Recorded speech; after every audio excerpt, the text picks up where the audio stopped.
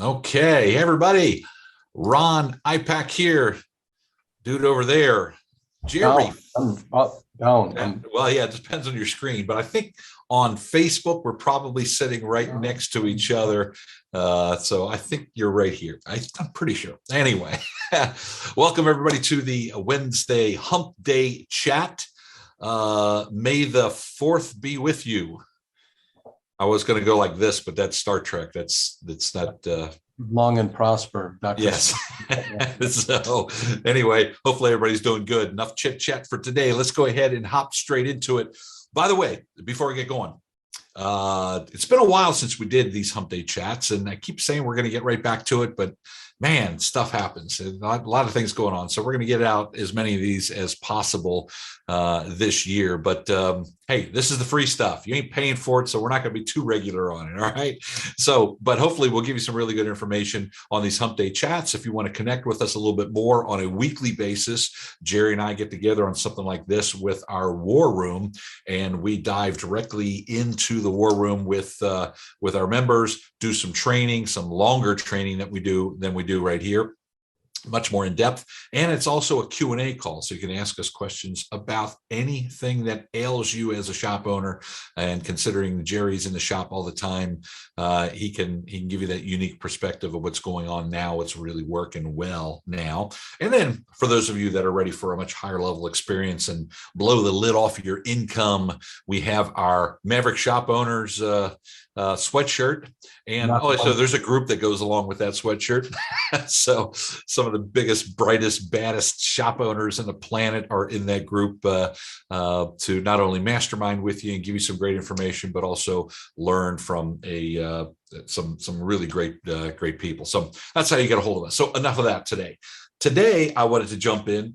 And Jerry's going to do all the splaining on this thing, but I want to kind of set it up here. So I dropped my Jeep off at the dealership for some work that needed to get done under warranty. I dropped it off last Wednesday. So now it's a Wednesday later. So it's been there an entire week. Got in a car, all excited to finally have the thing back. It's kind of a pain in the butt. You're having to work rides around, and thankfully we had an extra vehicle. But hey, I like driving my Jeep, and but I had bummed a ride to the dealership. I get in the car, turn it on, and backing out, all of a sudden I hear an extra ding. It's like, son of a bitch, what's going on? I look, oil change lights on. It's telling me I need an oil change. Yeah, admittedly that thing's been going off for a couple of weeks prior to that. I just been busy, haven't been able to get it done. But you know what? The thing's been sitting there at the dealership. You know what? The dealership does oil change, don't they, Jerry? They do. And look, think of how many people saw that oil change light come on. Not only me, but I forgot. Okay, you can blame me and say it's my fault because I didn't tell them. But the service advisor got in the thing and pulled a code right away to find out what was going on with my Jeep. She saw it. The porter that was moving the car around, he saw it. The technician that originally maybe looked at, I don't know how many different technicians looked at the thing, but maybe just one. He saw it. The person who took it for a test drive, they saw it. The person that checked out the vehicle, they saw it. I don't know how many people, or if it's the same person making the same mistake over and over and over and over again of seeing that oil change light. And look, it's a simple phone call, just out of convenience. I don't care what they would have charged me for an oil change. I just said, yes, they already had it there. No skin off my back. It'll cost me maybe a little bit more or maybe less. I have no idea. They didn't offer it to me. Now, not only am I excited to get my Jeep back, I'm now pissed off, like, damn it, why didn't they do it then? So this is the thing that's driving me nuts, and that's the reason why I want to talk about today, because everybody uses the lack of technicians, or you can't find good help anymore, you can't do this, can't do that, as a reason for giving really, really shitty service. And I'm tired of it. And I don't want anybody in here falling into the trap that it's okay to do shitty service. Look, I get it through your eyes, but you got to start looking at it through the consumer's eyes. Screw it. If this was an independent auto repair shop, I'd never take it back there. So, Jerry, what's up with this? So I know, Ron, you said you look from the consumer's eyes because you're a consumer. I'm a business owner. I'm a shop owner. And occasionally, I've got to give a customer a ride home, or I'm road testing a car for a noise, squeak, rattle, bump, whatever it is. And it drives me nuts. So again, how many of you have ever gotten in a car, give a customer a ride home, and you look up there and you just did an oil change on the car and there's no sticker? Or you get in the car, maybe we put a battery in the car and nobody reset the clock. Or you get in the car and the customer turns right back around and says, the oil change light ain't reset. I mean, all of these little things. And I got to tell you, when a customer sees that the sticker is missing or the oil change isn't reset, what do they think? You didn't do it. You didn't do it. And even if you go out there and you say, oh, my bad, let me put that sticker on there, I'd be going home checking my oil to make sure you did it. Again, you lose a little bit of trust. So I had these same problems. My shop's no different than your shop. And what I did was, we all have digital vehicle inspections. So you should have it anyways. So, how many of you are doing a digital vehicle inspection? I just added a post inspection. So when the car is done, before the technician hands the keys, to the service advisor, to the customer service rep, and parks the car up front, that it's all done, I want to make sure that a post inspection is done. I used to have issues with it before. Missing stickers, missing lights, lights on that we don't know about, all of that. Since I implemented the post repair inspection about 2 months ago, I've had zero mishaps. So I want to just share it with you. It's something real simple. It's not a big deal, just kind of what you're looking at. So this, got to get back here and share my screen. This is just a repair order. It's a simple one. This is a young lady that came in for an oil change and her AC wasn't blowing cold. So again, after we took a look at the car, this is the inspection part that you're probably used to seeing. When it's all said and done, I created this post-repair inspection, and I'm just going through a few bullet points.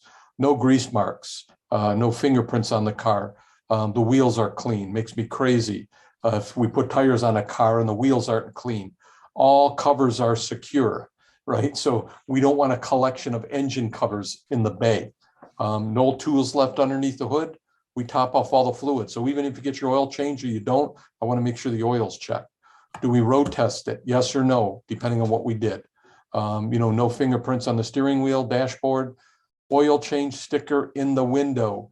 And we take a picture of it, just to make sure. I think you can still see that, but I want to make sure that's my proof. If we had the wheels off on this car, we hand torque them. If we had the battery disconnected, I want to make sure that the radio's reset, seats reset, all of that. And then I get a photo of the dashboard. This one's a little bit on its side, but I want to make sure when that car leaves that there are no lights on. There's no TPMS light on. There's no other lights on, anything like that. Just kind of taking a look at the car to make sure that we've done our due diligence.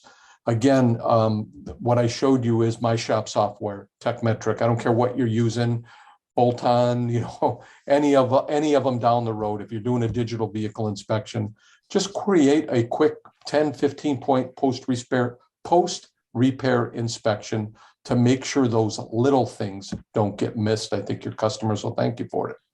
And look, if you're not doing digital vehicle inspection, there's this thing called paper and a pen.